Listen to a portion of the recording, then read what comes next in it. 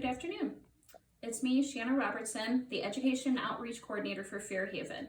And I'm coming to you today during Sexual Assault Awareness Month, the month of April, and it's also Child Abuse Prevention Month, to talk to you a little bit about a really significant project, the Clothesline Project, that debuted in 1990. Well, let me give you a little bit of background information on what it is. The Men's Rape Prevention Project in Washington, D.C. did a little bit of research and found out that during the Vietnam War, 58,000 soldiers died. During the same period of the Vietnam War, 51,000 women were killed by the people that supposedly loved them.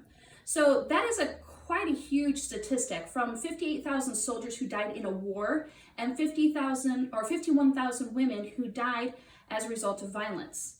So during the 1990s, the Women's Coalition in Cape Cod, Massachusetts, decided we need to do something about this. We need to raise awareness and to help fight against violence against women.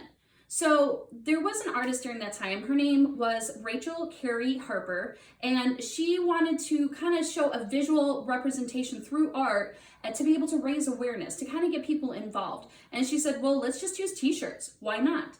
So they use t-shirts as a way to, and the whole point of this is that doing the laundry is women's work.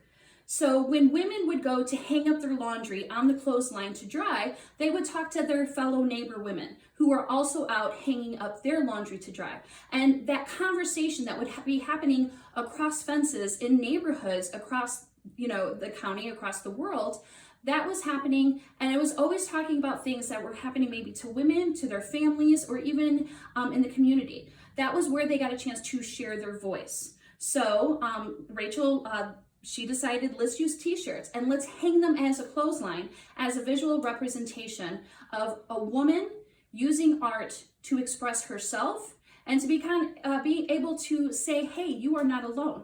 So that is how this project was started. So they took a couple different colors of shirts to represent the different kinds of violence that can be used against women. So featuring for this month, we have green and blues. Those colors represent incest survivors and child sexual abuse survivors. And then we're going to also showcase the pink and the red to showcase for sexual assault survivors. So I wanted to show you a little bit more close up what some of these shirts can look like, to kind of let you know each woman's voice as her way of sharing this. And you can use a lot of different mediums. If this is a project that you want to do in your home, you can do that. I'm sure you can find a t-shirt in one of your drawers. It doesn't have to necessarily be a colored shirt representative of the meaning or the symbol of it. The whole point of this project is to take a t-shirt and to create on it, to let your voice be heard. So a lot of our clients that come in, they use this as an opportunity to share their voice. And once they look at the impact and are able to look at some of the other works that have been done, they can realize they are not alone. And so the action of then hanging it on the clothesline, you can literally turn your back against it. Whether you're a survivor, whether you're a caretaker of a survivor, whether you're a family member or a friend, you can express what this violence against women have done to you. You can put it on this canvas, a t-shirt, you can hang it up on a clothesline, and you can turn your back on it against the pain and the things that held you back as a result of this violence, and you can walk away from it, okay? And it raises awareness, and also you are not alone, to let other people know what's going on. So I want to show you this first shirt. It's the color green, which has to do about child sexual abuse.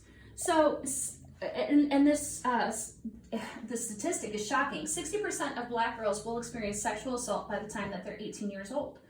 And we've seen a lot of things in the news with R. Kelly, and he always preyed on young Black girls. And so this kind of abuse is not okay. This is not called for. And then the next shirt next to it is blue. And that the artist, she decided to depict the rejection and the secrets and all of those things, the loneliness and the fear, feeling like her heart is breaking and falling apart, that everything was falling around her, but she still had hope. She still had hope that things were going to be okay, that she is not alone, she will not be lost, and that all of this pain will be used to help her through her recovery. Our next blue shirt, and it's kind of awesome because it's an acrostic, and so going down it spells out speak up. A lot of times this is a great way to break the silence of the abuse that an individual is suffering.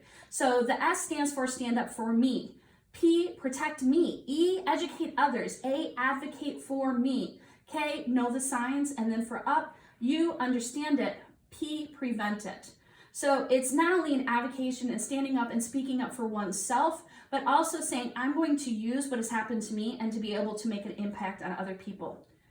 Going to the pink ones, so these ones are for sexual assault. There's a lot of stats on here and a really prominent picture of somebody who is feeling shameful because of what had happened, but reminding themselves through this shirt that it is not your shame. You did not ask for this. Every 2 minutes, a woman is sexually assaulted. Out of 1,000 rapes, 344 are reported, 63 lead to arrest, 13 get referred to a prosecutor, 7 will lead to conviction, 6 rapists will be incarcerated, which means 994 rapists walk free. And that is why Fairhaven decided to step up and stand out and say, no, we will speak up for sexual assault victims. It does happen in our community and it is not right. Somebody needs to speak up for them. 1 in 4 women will be sexually assaulted. 8 out of 10 victims knew their rapist. Rape is the most underreported violent crime in America. And then leading to our red shirt, it was not your fault. If we have any survivors that are here, that are watching this video right now, I want to let you know that it is not your fault. You did not ask for this violence that was perpetrated against you. If you are ready to stand up and say, I am not advocating for this anymore, I'm going to advocate for myself, I'm going to look for somebody to stand with me, call us. We have a 24-hour rape crisis line. We always have an advocate on standby that can talk to you and that will let you know you are not alone. If you're not ready to take that step yet, or maybe if you are and you have, and we're glad to have you, you can do a shirt.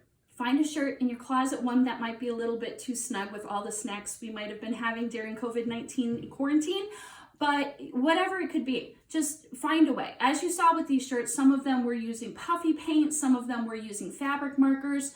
There's a lot of different ways that you can express yourself. You can finger paint it, you can use words, you can just use images, whatever it is. There is no right way or wrong way of doing this. Pretty much, it is your voice. It is letting you standing up saying, this is not okay. What happened to me, it was not my fault, and I am ready to start my recovery journey. So if you're at the beginning stages, if you've been working this recovery journey for a while, or if you are a veteran, and you're looking to now use your pain and to help others progress, we have support groups and we're doing them digitally right now, and we would love to be able to connect you with one of those groups. So please call our 24-hour rape crisis line. Somebody will be able to connect you with those services. And I just want to say thank you for coming together and watching this video. I would ask you to share it. And if you do a shirt and you want to share it, send it to us. If you want to send it private message, so that you can show us, or if you're ready to say, no, I'm ready to stand up, then you can post it as a comment to this video. Thank you very much, and we hope that everyone stays safe. Have a great day.